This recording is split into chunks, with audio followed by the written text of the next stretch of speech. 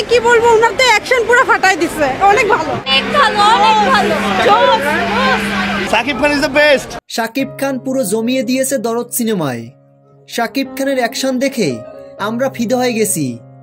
শাকিব খানের অভিনয় এক কথায় অসাধারণ। এবার দরদ সিনেমা দেখে হল থেকে বের হয়ে দর্শকরা এভাবেই শাকিব খানের প্রশংসা করেন।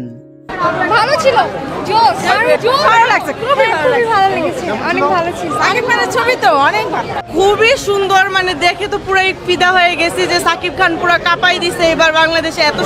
সম্প্রতি আজ 15ই নভেম্বর বাংলাদেশের 83টি সিনেমা হলে একযোগে মুক্তি পেয়েছে বহুল প্রতীক্ষিত সিনেমা দরদ।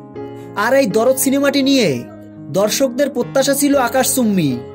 ঠিক তেমনি নিরাশ করেননি শাকিব খানও। ভক্তদের মন ভরে গেছে দরদ সিনেমাটি দেখে।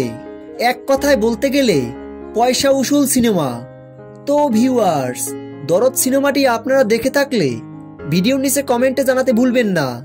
দরদের সকল আপডেট ভিডিও সবার আগে পেতে ভিডিওটিতে একটা লাইক দিয়ে চ্যানেলটি সাবস্ক্রাইব করে আমাদের পাশে থাকুন। ধন্যবাদ।